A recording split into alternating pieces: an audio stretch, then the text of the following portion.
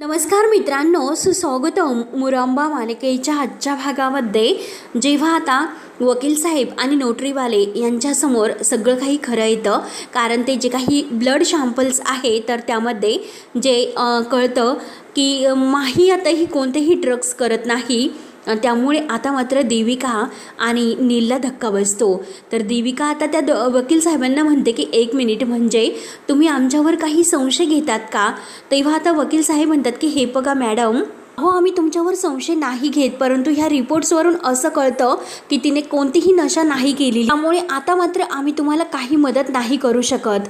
तेव्हा आता नील आणि देविका हे माहीकडे पाहत असतात, म्हणजे रमाकडे. आणि तेव्हा मात्र रागाने वकील आणि नोटरीवाले तेथून निघून जातात, देविकाचं काही न ऐकून घेतात. आणि तेवढ्यात मात्र आता रमा ही त्या दोघांकडे रागाने बघत असते आणि तेथून लगेच ती पळत सुटते. नील आता तिच्या मागे धावणार, तोच देविका म्हणते की नील थांब, तू तिच्या मागे जाऊ नकोस. तेव्हा नील आता थांबतो तर रमा तेथून अगदी अक्षय समोरूनच पळत जाते. त्यानंतर आता इकडे अक्षय आणि माही जे काही पिस्ता खायला घेतात, तर आता माही मुद्दाम विचारते की हे सर्व या चमच्याने, म्हणजे काटेरी चमच्याने कसं खायचं.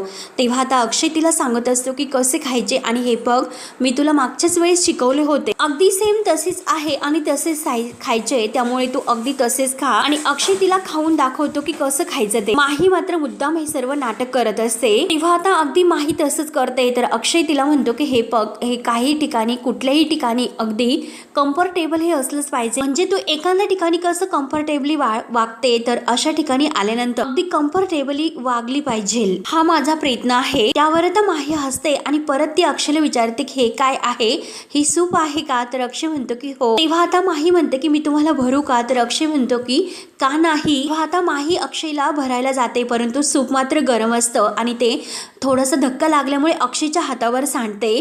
तेव्हा मात्र आता लगेच अक्षय जोरात ओरडतो की काय हे.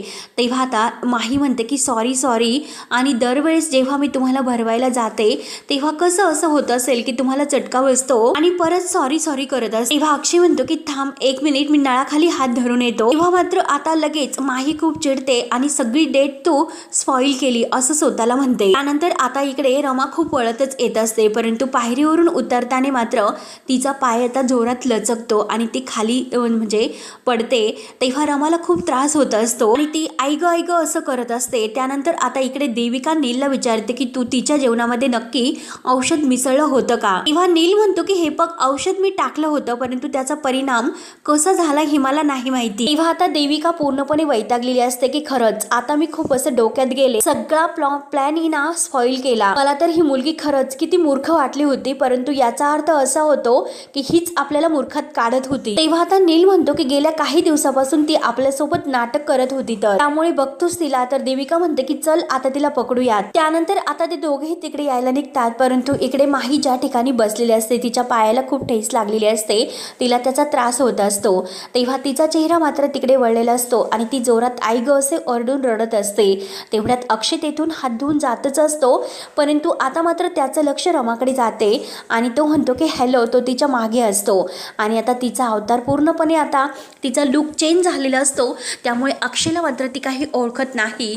तेव्हा अक्षयचा आवाज ऐकल्यानंतर मात्र रमाचा चेहरा खुलतो आणि तिला असं कळतं की नक्की हा अक्षयच आहे. मला आता अक्षयला म्हणजे आवाज ऐकल्यानंतर खूप असा आनंद होतो. तेव्हा अक्षय हॅलो अहो कुणाला बोलवायचं आहे का असे तिला विचारत असतो, परंतु रमाला मात्र खूप असं रडू येत असतं. आणि तेवढ्यात मात्र तो परत रमाजवळ यायला लागणार की कुणाला बोलवायचं आहे का, हॅलो असं करत. तेवढ्यात मात्र आता माही धावतच येते आणि अक्षयला म्हणते की अहो चला ना, अहो आतमध्ये म्युझिक लागलेला आहे, आपण डान्स करूया. म्हणून माही आता अक्षयच्या हाताला धरते आणि त्याला डान्स करण्यासाठी आतमध्ये घेऊन जाते. तेव्हा मात्र आता अक्षय मागे वळून पाहत असतो. तेव्हा रमा मात्र खूप रडत असते आणि नक्की हा यांचाच आवाज होता, म्हणून आता रमाला खूप असं रडायला येतं, म्हणजे हे नक्की इथेच आहे आणि त्यांची दुसरी बायको सुद्धा त्यांच्या सोबतच आहे. तेव्हा मात्र आता लगेच इकडे अक्षय आणि माही डान्स करायला तेथे येतात. तर आता माही सुद्धा त्यांना अक्षयला इतकं म्हणजे त्याच्यावर प्रेम करायला लागलेले असते, म्हणून ती अक्षयला खूप जवळ घेत असते. त्यानंतर मात्र आता रमाही त्यांना बघण्यासाठी तिकडे डोकायला येते आणि अगदी चोरून त्यांना बघत असते. तेव्हा आता माहीचं तोंड तिकडे असते आणि अक्षय तिच्यासोबत डान्स करत असतो. तेव्हा आता अक्षय तिला म्हणतो की हॅपी ॲनिव्हर्सरी. तर लगेच आता आता रमा सुद्धा म्हणते की हो थँक्स, आणि ती सुद्धा अक्षयला लग्नाच्या वाढदिवसाच्या शुभेच्छा देते. तेव्हा दोघे आता एकमेकांच्या मिठीत येतात आणि डान्स करत असतात. तेव्हा रमा मात्र बिचारी हे सर्व पाहते, तिच्या डोळ्यामध्ये पाणी येत असतं आणि आता ती म्हणते की ही मुलगी तर माझ्यासारखी नाही, मॉडर्न कपडे घालणारी आहे आणि यांना अगदी मनमोकळेपणाने हवा तसा डान्स करणारी, यांच्यासोबत नाचणारी, नक्की ही मुलगी यांना शोभेल अशी आहे, यांना लाज वाटेल अशी नाही. आणि हे असं कसं वागू शकतात, आमच्या लग्नाच्या वाढदिवसाच्या दिवशी ते ह्या मुलीला घेऊन येथेच आले जेथे आम्ही येत होतो. तेव्हा मात्र रमा आणि अक्षय अगदी एकमेकांच्या मिठीत येऊन डान्स करत असतात. रमाला मात्र आता हे सर्व बघून खूप असं डोळ्यामध्ये पाणी येतं. तिला आता हे सर्व बघेनासे असं होतं. मग ती लगेच बाजूला निघून जाते. त्यानंतर आता डान्स झाल्यानंतर अक्षय आणि माही पुन्हा त्या ठिकाणी येऊन बसतात. तर अक्षय म्हणतो की खरंच बापरे, खूप मज्जा आली, तू तर म्हणजे कमाल डान्स केला, तुझा कॉन्फिडन्स आहे ना दिवसेंदिवस आता वाढतच चाललेला आहे. आणि बघ ना अगं काय डान्स केला तू, आणि चमच्याने खाऊन सुद्धा काय दाखवलंस तू. त्यामुळे कधी कधी तर मला असा प्रश्न पडतो की तू नक्की रमाच आहे ना. तेव्हा माहीला आता लगेच धक्का बसतो. माही आता परत हसून अक्षयकडे बघते आणि रागाने म्हणते की काय हो, काय म्हणणं आहे तुमचं, तुम्ही सतत मला असं का बोलतात, नक्की तुमचं काय म्हणणं आहे बरं, मी अशीच राहू का, म्हणजे तुम्हाला असं राहिल्यानंतर बरं वाटेल. बरं ठीक आहे, मी अशीच राहते, काही नवीन शिकणार सुद्धा नाही आणि मी काही करणार सुद्धा नाही, अशीच राहते जसे पहिले होते. त्यावर आता अक्षय म्हणतो की हे बघ, लगेच भांडण उकरून काढायची काही गरज नाही. अगं तू असं लगेच सांगू नको की रमाच आहे, मला माहिती आहे अगं तू रमाच आहे म्हणून. अगं मी हे सगळं कौतुकाने म्हणतो, कारण मला तुझं कौतुक वाटतं, कारण खरंच तुझ्यात जो बदल झालेला आहे तो अगदी छान झालेला आहे. त्यावर आता माही म्हणते की बरं, मी आता सगळं काही तुमच्या मनासारखं केलं की नाही, त्यामुळे प्लीज तुम्ही माझ्या मनासारखं करा, कारण हे सगळं झाल्यानंतर आपण एका टपरीवर जाऊया, तेथे 2 कटिंग आपण मागूया. तर अक्षयला हसू येतं. तेव्हा आता रमानही माही म्हणते की चहा पिऊयात आणि त्यानंतर तुम्ही मला कुल्फी खाऊ घाला. तेव्हा आता अक्षयला हसू येतं. अक्षय म्हणतो की काय 2 कटिंग आणि कुल्फी, मी तर वाटेच बघून होतो की रमा हे सर्व कधी मागते ते. रमा ग रमा, माझी रमा, आणि चल मी तुला खायला घालतो. तेव्हा अक्षय आणि माही तेथून जात असतात. त्यानंतर आता देविका आणि नील आता इकडे तिकडे रमाला शोधत असतात. तेव्हा देविका आता इतर तेथील बायकांना मोबाईलमध्ये फोटो दाखवून त्यांना विचारत असते की कोणी हिला पाहिलत का, परंतु कोणी मात्र नाही म्हणत असते. तेवढ्यात नील आता देविकाजवळ धावतच येतो. तो सुद्धा आता पूर्णपणे थकून गेलेला असतो, कारण त्याला सुद्धा रमा काही त्याला सापडलेली नसते.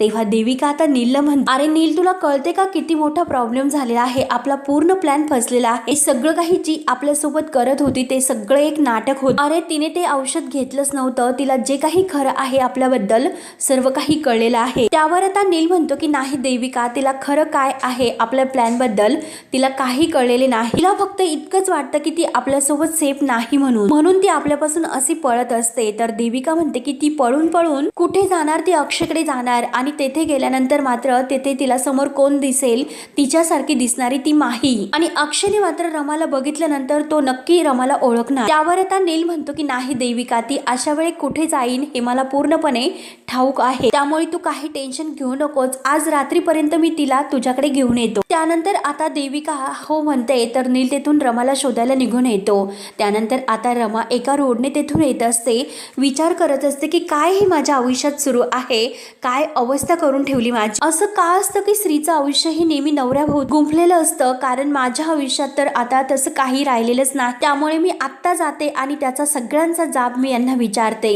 त्यानंतर आता रमा आणि माही एका ठिकाणी एका स्टूलवर बाकावर तेथे कुल्फी खात बसलेले असतात.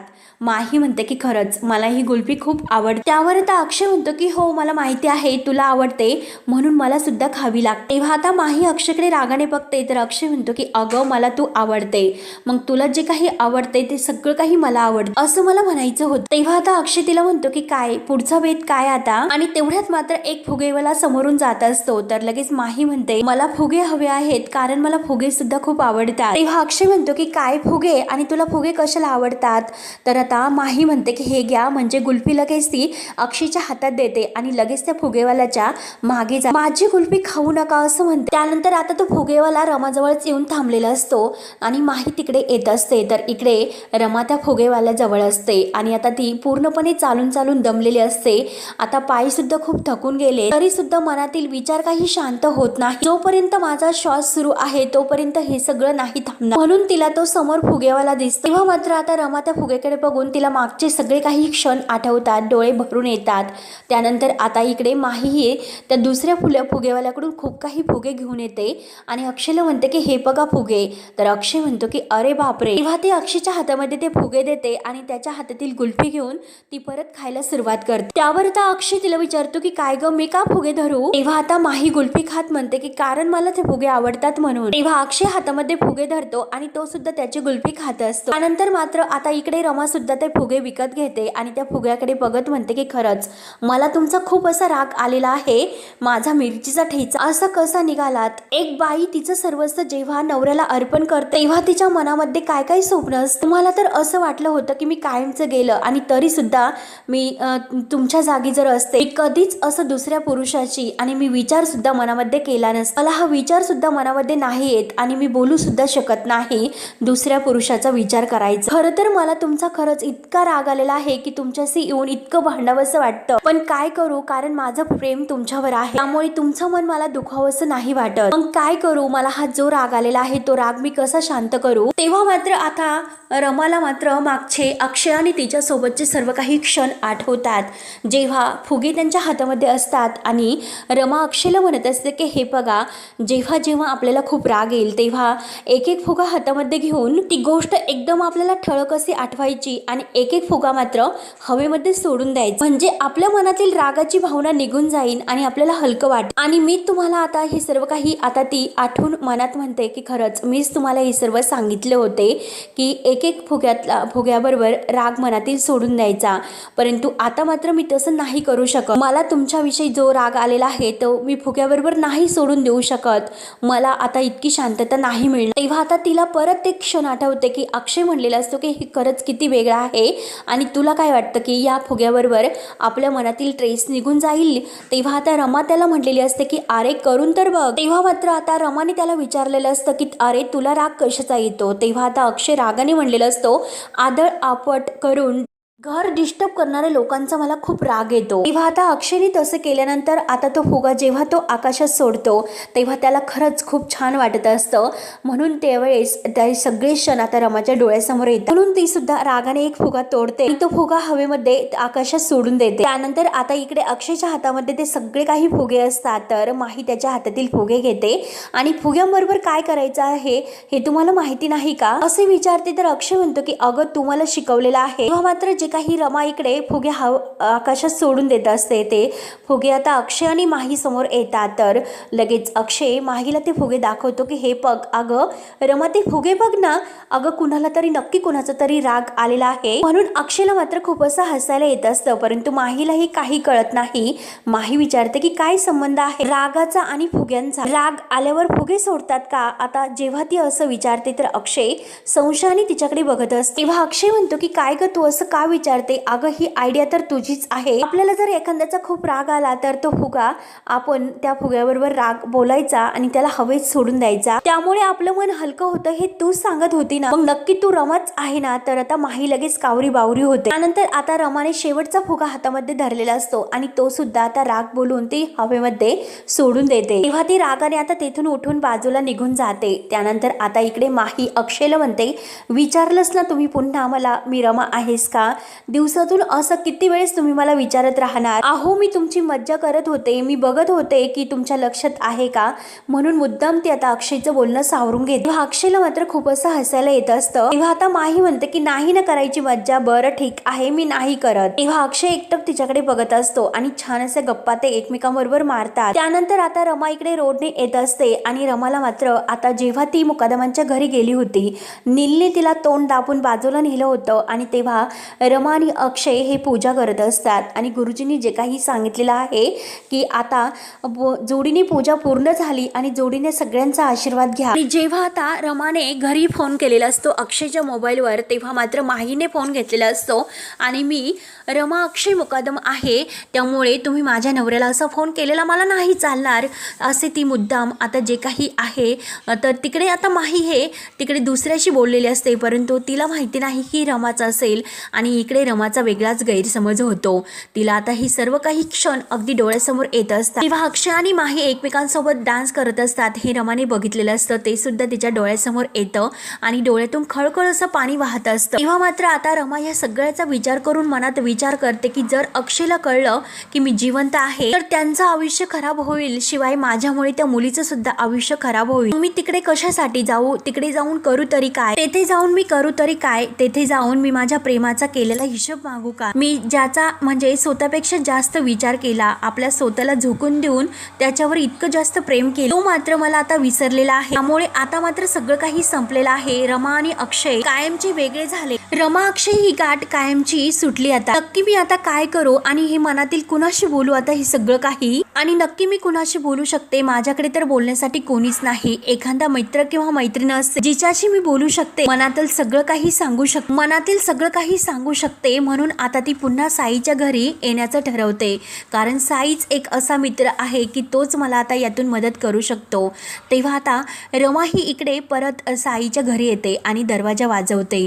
तेव्हा आता माई दरवाजा उघडतात आणि जेव्हा आता रमाला पाहतात तर माईंना धक्काच बसतो. तेव्हा मात्र आता लगेच माई म्हणतात की वा रे वा, म्हणजे तू तर फॉरेनची पाटीलच बनून राहिली तर. तेव्हा मात्र रमा म्हणते की साई कुठे आहेत, मला त्यांना भेटायचं आहे. तेव्हा आता माईंच्या मनामध्ये तर दुसराच राग असतो, कारण जेव्हा ती साईला भेटली होती तेव्हा तिने साईला ओळखलं नाही, परंतु ती मात्र माही असते. माई मात्र हिच्यावरच तो राग काढतात आणि म्हणतात की काय साई कुठे आणि तुला साईला भेटाय, अगं तुला काही लाज वगैरे वाटते की नाही, अगं तू तर आमच्या घरातून पळून गेली होती, मग येथे येण्याची तुझी हिंमतच कशी झाली. तेव्हा आता रमा म्हणते की अहो मी काय केलं, तर माई म्हणतात की काय केलं, अगं तू तर मोठ्या घरची पोरगी लागून गेली, अगं तुझं लग्न बिग्न काही झालं नव्हतं, तू आम्हाला खोटं सांगितलं, तुला एक नवरा आहे म्हणून. तेव्हा आता रमा म्हणते की हो, जे काही मी तुम्हाला सांगितलं होतं ते सगळं काही खरं सांगितलं, मी खोटं नाही सांगितलं. तेव्हा माई म्हणतात की हो तू खरं सांगितलं, मग दाखव तुझं मंगळसूत्र, दाखव ना तुझा नवरा कुठे आहे आणि तुझं मंगळसूत्र कुठे आहे. तेव्हा आता लगेच रमा म्हणते की हो तेच सांगण्यासाठी मी आता इथे आलेले आहे आणि साईला त्याबद्दलच मला सर्व काही सांगायचं आहे, मला त्यांच्याबरोबर बोलायचं आहे आणि मला अशा व्यक्तीबरोबर बोलायचं आहे जी व्यक्ती मला समजून घेईल. आणि आता फक्त माझ्या आयुष्यामध्ये अशी व्यक्ती आहे. तर लगेच माई म्हणतात की साई का, आणि तुला समजून घेईल अशी व्यक्ती फक्त साईच आहे. अगं तू असं तुला वाटलं असेल आणि बरोबर बोललीस तू, एकतर तू माझ्या पोट्याला नाकारलंस आणि आता म्हणते की काय काय तुला लाज वाटते का, आणि तुला असं वाटलं की तुला समजून घेण्यासाठी फक्त तोच माझा मुलगा आहे का साई. तेव्हा आता रमा माई समोर हात जोडते आणि प्लीज एकतर मला त्यांना भेटून द्या, एकदा त्यांना भेटून द्या. तेव्हा आता माई म्हणते की हो मी सुद्धा तुमच्या समोर हात जोड, कायमची तू येथून निघून जा, तुझं थोबड सुद्धा पाहायचं नाही. तेव्हा मात्र आता रमा खूप रडत असते. रमा म्हणते की एकदा प्लीज माझं ऐकून घ्या, परंतु माई म्हणते की नाही तू असं नाही ऐकणार, तुला हाताला धरून बाहेर काढायला पाहिजे. आणि माई आता रमाच्या हाताला धरतात आणि तिला चल चल असं बाहेर ओढून काढत असतात. तेव्हा आता रमाला खूप राग येतो. रमा रागाने तिच्या हातातील हात हिसकावते आणि सोडा मला असं म्हणते, मी फक्त तुम्हाला एकदा सांगते की मला त्यांना भेटून द्या, म्हणून ती साईला परत आवाज देत असते. तेव्हा मात्र आता माई म्हणते साई तुला यापुढे कधीही भेटणार नाही. तेव्हा आता रमाला खूप वाईट वाटत असतं, कारण माई तर तिला आता भेटून द्यायला तयार नसते आणि आता इकडे रमाला तर खूप टेन्शन येते, तिला काही झालं तरी साईला भेटायचंच असतं. माई म्हणते की अगं तू तर माझ्या पोट्याचं आयुष्य बर्बाद करून ठेवलं आणि आता परत त्याचं आयुष्य बर्बाद करण्यासाठी येथे आलीस का, कशाला आलीस, चालती हो इथून, साई तुला कोणतीही मदत नाही करणार, तू तर वचन दिलं होतं त्याला लग्नाचं आणि तू तर लग्नाला उभी राहिली होती आणि भर मांडवातून तू पळून गेली. काय ग तुला काय वाटलं होतं, त्याने आधार दिला आणि त्याने तुझा जीव वाचवला आणि तेव्हा मात्र तुला आमचं घर गरीब दिसलं, आता आमची गरिबी तुला दिसली आणि तुला असं वाटलं होतं की आयुष्यभर आपण येथेच गरिबीत राहू, म्हणून तू आम्हाला फसून अगदी पळून निघून गेली, आमच्याशी खोटं बोलली. त्यावर आता रमा खूप सांगण्याचा प्रयत्न करते की अहो तुमचा काहीतरी गैरसमज होतो, मी काही असं खोटं नाही वागले, त्यामुळे तू आत्ताच्या आता इकडून चालती हो, तुझी सावली सुद्धा आमच्यावर पडून देऊ नकोस. म्हणून माई आता रमावर खूप असं भडकतात आणि तिला तेथून कायमचं जायला सांगतात, परत या घरामध्ये येऊ सुद्धा नको आणि तू जाते की नाही की तुला मी हाकलून देऊ. तेव्हा मात्र आता माई रमाच्या पुन्हा हाताला धरतात आणि तिला घराच्या बाहेर ओढून काढत असतात. तिला आता घराच्या बाहेर काढतात आणि दरवाजा लावून घेतात. परत तुझी सावली सुद्धा माझ्या मुलावर पडून देऊ नकोस. त्यानंतर आता रमाला इतकं वाईट वाटतं आणि रमा खूपच रडत असते, कारण तिला कोणताच आता आधार तिच्या मागे राहिलेला नसतो. एकतर अक्षयबद्दल सुद्धा खूप मोठा गैरसमज आता तिचा झालेला असतो, कारण अक्षय दुसराच कुणाचं तरी झालेला आहे आणि आपल्याला आता नवऱ्याची साथ सुद्धा नाही मिळणार. मग मी आता काय करू, कुठे जाऊ? रमापुढे एक खूप मोठं टेन्शन उभं राहतं. त्यानंतर मात्र आता हा भाग येथे संपतो. पुढील भागामध्ये जेव्हा अक्षय घरी निघून येतात, तर अक्षय आणि रमा यांच्या लग्नाचा जो काही वाढदिवस आहे त्या दिवशी आता माही आणि अक्षय एकत्र केक कापतात आणि सर्वजण इतके खुश असतात. तेव्हा आता पार्वती आजीसुद्धा आता माहीला आपल्या हाताने केक भरवते. सर्वजण इतके छान एन्जॉय करत असतात. तेव्हा आता माही खूपच खुश होत असते. अक्षय तिला आता जे काही लग्नाच्या वाढदिवसाच्या दिवशी एक गुलाबाचं फूल म्हणून सरप्राईज दे. तेव्हा मात्र आता माही अक्षयकडे डोळे भरून पाहत असते आणि अक्षय आणि तिच्या प्रेमाची आता सुरुवात होते. त्यानंतर आता इकडे रमा सर्व काही आठवत रोडने परत जात असते. तेवढ्यात नील आता तिच्या समोर येतो. नीलला बघून मात्र आता रमाला खूप मोठा धक्का बसतो. ती घाबरते. तर नील तिला म्हणतो की अगं का तू माझ्या सारखं समोर येते? तेव्हा तो रुमालावर पुन्हा ते गुंगीचं औषध टाकतो आणि रमाचं तोंड त्या रुमालने दाबतो आणि तिला घेऊन पुन्हा घरी येतो आणि तिला आता जबरदस्तीने अगदी तिला त्रास देत असतो. तेव्हा मात्र आता रमाने काहीतरी आपल्या हाताच्या बोटातून रक्त काढलेलं असतं आणि तेथे लिहून ठेवलेलं असतं की तुम्हाला तुमच्या गुन्ह्याची शिक्षा नक्की मिळणार. तेव्हा आता पुढे काय काय होतं हे बघण्यासाठी आपल्या चॅनलला नक्की सबस्क्राईब करत